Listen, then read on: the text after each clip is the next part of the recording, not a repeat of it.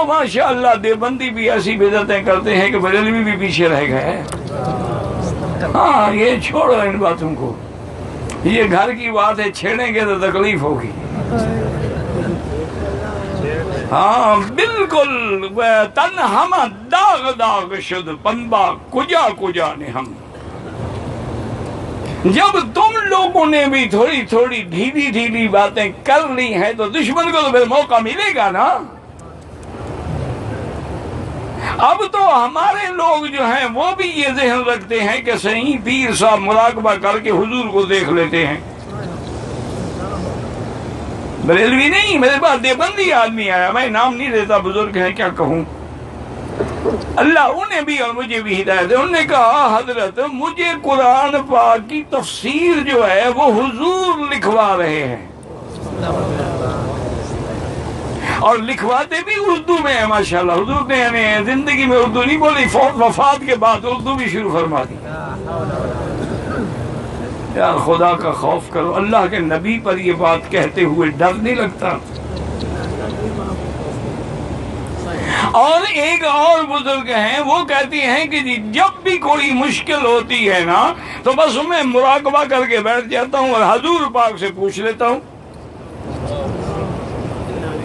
اللہ کے بندے، حضرت علی اور عائشہ میں جنگ ہو گئی، ان سے بھی کچھ زیادہ قریب تھا. ایک محبوبہ ہے اور ایک حضور کا محبوب ہے. علی محبوب ہے. لا يحبك الا مؤمن ولا يبغضك الا منافق. حضور نے فرمایا علی تجھ سے مومن محبت کرے گا اور منافق تیرے ساتھ بغض رکھے گا. وہ محبوب ہے. اور عائشہ محبوبہ ہے، صدیقہ ہے، زوجہ ہے، طاہرہ ہے، مطہرہ ہے. ان کی لڑائی ہو گئی. انہوں نے تو نہیں پوچھا حضور سے کہ حضور فرمائیں کیا کریں ہم. تمہارے مولوی کو جرأت ہو گئی حضور سے پوچھ لیتا ہے.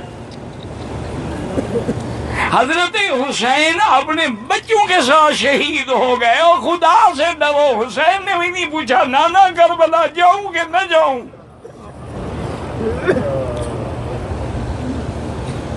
مسئلہ سمجھ نہیں، کیوں نہیں سمجھ آتا ہے؟ مسئلہ سمجھ آتا ہے، سمجھ میں نکتا ہے توحید آ تو سکتا ہے. تیرے دماغ میں بت خانہ ہو تو کیا کہیے. اب یاد رکھ لیں کہ انشاءاللہ العزیز یہ بنیادی بات ہے. اللہ کرے تجھے بھی سمجھ آ جائے کہ حج ہے، زکوٰۃ ہے، نماز ہے، روزہ ہے، جو بھی ہے اس کے لیے دو شرطیں ہیں. اس کے قبول ہونے کے لیے دو شرطیں ہیں. پہلی شرط کیا ہے؟ یکون خالصا. وہ خالص کس کے لیے ہو؟ ہاں جی. طواف کس کے لیے ہو؟ احرام کس کے لیے ہو؟ لبیک کس کے لیے ہو؟ عرفات کس کے لیے جا رہے ہیں؟ کیوں دوڑ رہے ہیں؟ کیوں بھاگ رہے ہیں؟ ایک ہی بات ہے کہ لبیک اللہم اللہم لبیک. میں حاضر ہوں، میں حاضر ہوں. اللہ فرماتے ہیں میرے بندے تیری حاضری اس وقت تک قبول نہیں ہوگی جب تک تو میرے شریکوں کا انکار اور میری توحید کا اقرار نہیں کرے گا. اللہم لبیک لبیک لا شریک لک لبیک. اب سمجھیں دو چیزیں ضروری ہیں ورنہ عمل قبول ہی نہیں ہوگا. ہر عمل کے قبول ہونے کے لیے کتنی چیزیں ضروری ہیں؟ ان یکون خالصا. خالص کس کے لیے ہو؟ ان یکون ثوابا. ثواب کیا معنی؟ خالص اللہ کے لیے ہو اور موافق سنت محمد رسول اللہ کی ہو. اگر آپ نے حج کیا اللہ کے لیے نہیں، دکھلاوے کے لیے ہے کہ فلاں مولوی نے 40 حج کیے، فلاں پیر نے 100 حج کیا ہے، دھیلے کا بھی فائدہ نہیں، ریا ہے، شرک کا مرتکب ہو گیا ہے۔ اور اگر تیرا حج سنت کے مطابق نہیں، حضور کے فرمان کے مطابق نہیں، اللہ فرماتا ہے مجھے قبول نہیں ہے، میں تو ہر وہ عمل قبول کروں گا جس پہ مہر ہوگی محمد الرسول اللہ کی۔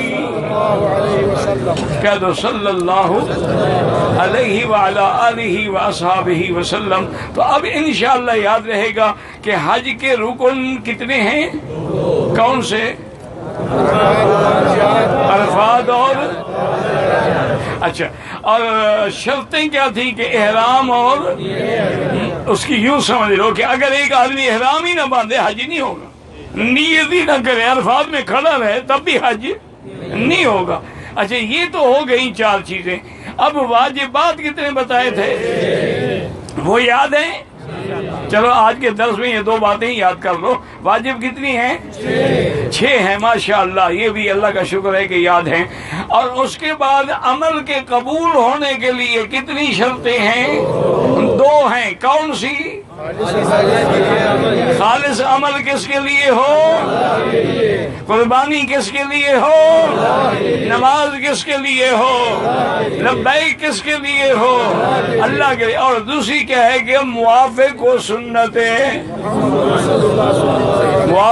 سنت رسول اللہ۔ اس کی ایک چھوٹی سی مثال تھا کہ خدا کرے تمہیں مسئلہ سمجھ آ جائے۔ کہتے ہیں جی اگر ہم 12 ربیع الاول مناتے ہیں، میلاد مناتے ہیں، عرس مناتے ہیں، اور بزرگوں کی مزاروں پہ چادریں چڑھاتے ہیں، اگر مناتے ہیں، تو مگر وہابیوں کو پتہ نہیں کیا ہوتا ہے، یعنی ان کا مذہب اگر سے شروع ہو کے مگر پہ ختم ہو جاتا ہے، نہ قرآن ہے نہ حدیث ہے۔ اگر ہم کرتے ہیں مگر کیا ہوتا ہے؟ اچھا عشاء کی کتنی رکعتیں ہیں؟ ہاں جی جلدی جلدی بتاؤ، عشاء کی کتنی رکعتیں ہیں؟ اگر 5 پڑھ لو تو مگر کیا ہوتا ہے؟ نہیں ہوگی۔ اچھا اگر تم 9 کے بجائے کل عرفات جا کے بیٹھ جاؤ تو مگر کیا ہوتا ہے؟ یہ اگر مگر کیا ہوا؟ اب دیکھو نا جی کہ صفا مروہ ہے، کتنے چکر ہیں؟ کہاں سے شروع کریں گے؟ ختم کہاں کریں گے؟ اگر کوئی مروہ سے شروع کر کے صفا پہ ختم کرے قبول ہوگا؟ کیوں؟ وہ موافق نہیں سنت رسول اللہ کے۔ حضور نے شروع کی ہے صفا سے، تو صفا سے شروع ہوگا تو قبول ہوگا۔ تو ہر عمل قبول ہونے کے لیے 2 چیزیں دیکھ لیا کرو کہ خالص ہے کہ نہیں ہے، اور حضور کی سنت کے موافق ہے کہ نہیں ہے۔ اگر ہے تو الحمدللہ۔